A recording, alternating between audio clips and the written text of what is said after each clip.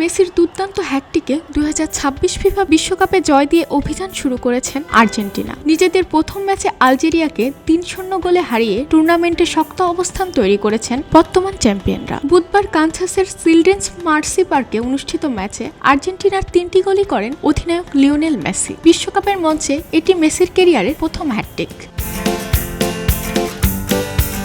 17 মিনিটে ডি বক্সের বাইরে থেকে মেসির নেওয়া দুর্দান্ত এক শটে বল জালে জড়ালে 1-0 গোলে এগিয়ে যায় আলবিসেস্তেলেরা। বিরতির পর 60তম মিনিটে আলেক্সিস ম্যাক্স আলিস্টারের বক্সের বাইরে থেকে নেওয়া শট নিয়ন্ত্রণ নিতে ব্যর্থ হন আলজেরিয়ার গোলরক্ষক। ফিরতি শটে আবারও গোল করে বল জালে জড়ান মেসি। এতে করে 2-0 গোলে এগিয়ে যায় তারা। এটি বিশ্বকাপে মেসির 15তম গোল। এই গোলে মেসি ছুঁয়ে ফেললেন ব্রাজিলিয়ান কিংবদন্তি রোনালদো নাজারিওকে। মেসির সামনে এখন শুধুই 16 গোল করা মিরোস্লাভ ক্লোসা। তবে 76 মিনিটে এক চমৎকার গোল করে বিশ্বকাপে নিজের প্রথম হ্যাটট্রিকের সঙ্গে ভাগ বসান জার্মান এই তারকার রেকর্ডে।